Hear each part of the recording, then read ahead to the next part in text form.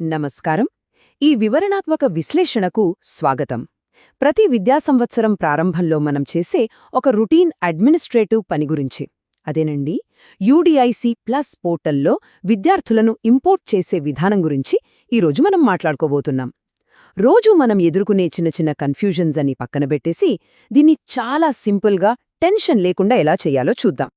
అసలు మనం ఈ పని ఎందుకు చేస్తున్నాం? సింపుల్. ప్రాథమిక పాఠశాల నుంచి ఉన్నత పాఠశాలకు వెళ్లే విద్యార్థుల బదిలీ ఎలాంటి అడ్డంకులు లేకుండా చాలా సాఫీగా జరగాలి, అవునా? సరైన అవగాహన ఉంటే చాలు.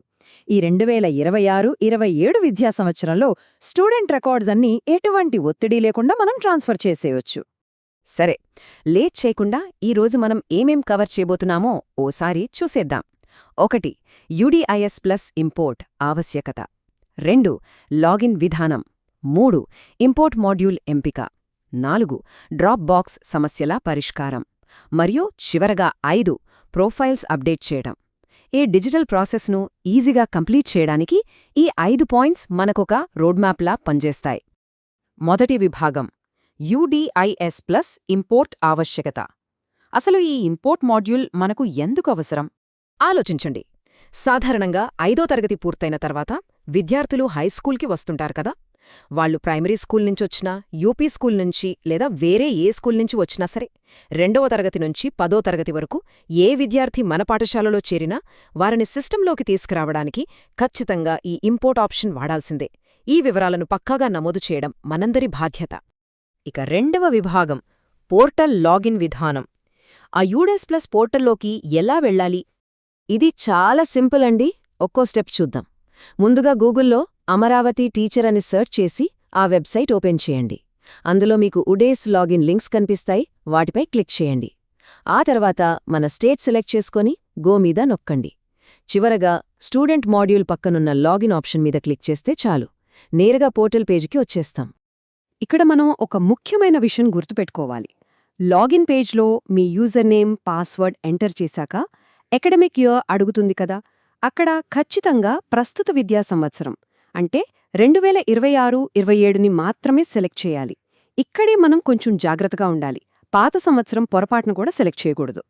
3వ విభాగం ఇంపోర్ట్ మాడ్యూల్ ఎంపిక. ఆ పెద్ద పోర్టల్లో మనకు కావాల్సిన ఇంపోర్ట్ టూల్ ఎక్కడుందో కనుక్కోవడం. డాష్బోర్డ్ ఓపెన్ అవ్వగానే మీకు స్టూడెంట్ మూవ్మెంట్ అండ్ ప్రోగ్రెషన్ అని ఒక ఆప్షన్ కనిపిస్తుంది. దానిమీద క్లిక్ చేస్తే లోపల ఇంపోర్ట్ మాడ్యూల్ ఉంటుంది. ఇప్పుడు ఆ విద్యార్థి మన రాష్ట్రం నుంచే వచ్చాడా లేక బయటి రాష్ట్రం నుంచి వచ్చాడా అన్న దాన్ని బట్టి విదిన్ స్టేట్ లేదా అవుట్ సైడ్ స్టేట్ అని ఎంచుకోవాలి. ఇక్కడొక చిన్న పాయింట్. 1వ తరగతికి తప్ప మిగతా అన్ని తరగతులకు అడ్మిషన్లు ఖచ్చితంగా ఈ మాడ్యూల్ ద్వారానే చెయ్యాల్సుమా. ఇక ఆ విద్యార్థిని పోర్టల్లో సెర్చ్ చేయడానికి మీ దగ్గర ఖచ్చితంగా 2 డీటెయిల్స్ రెడీగా ఉండాలి. అవేంటంటే, 1 విద్యార్థి పెన్ నంబర్, 2వది వాళ్ల పుట్టిన తేదీ. ఈ 2 మీ చేతిలో ఉంటే చాలు, సెర్చ్ ప్రాసెస్ చిటికెలో పూర్తయిపోతుంది. 4వ విభాగం డ్రాప్ బాక్స్ సమస్యల పరిష్కారం. నిజం చెప్పాలంటే ఇదే మనకు ఎదురయ్యే అసలైన డైలేమా. ఇక్కడ అసలు ట్విస్ట్ ఏంటంటే, ఒకవేళ ఎడమవైపున్నట్లుగా విద్యార్థి ఇప్పటికే డ్రాప్బాక్స్లో ఉన్నాడనుకోండి, మన పని చాలా సులువు, నేరుగా ఇంపోర్ట్ చేసుకోవచ్చు. కానీ కుడివైపున్నట్లు విద్యార్థి డ్రాప్బాక్స్లో లేకపోతే అస్సలు టెన్షన్ పడకండి. పాత స్కూల్ చుట్టూ పేపర్లు పట్టుకుని తిరగాల్సిన పనే లేదు. పోర్టల్లోనే ఆ పాత స్కూల్ హెచ్ఎం గారి ఫోన్ నెంబర్ ఉంటుంది. వాళ్లకొక చిన్న కాల్ చేసి ఆ విద్యార్థిని డ్రాప్బాక్స్లో పెట్టండి అని చెప్తే చాలు. మన టైం ఎంత సేవ్ అవుతుందో కదా. సరే, ఒకసారి స్టేటస్ క్లియర్ అయ్యాక ఇక ఫైనల్ స్టెప్స్ చూద్దాం. ఇంపోర్ట్ చేయాల్సిన క్లాస్ మరియు సెక్షన్ ఎంచుకోండి. అడ్మిషన్ తేదీ ఎంటర్ చేయండి. ఆ తర్వాత ఇంపోర్ట్ బటన్ నొక్కి కన్ఫర్మ్ చేయండి.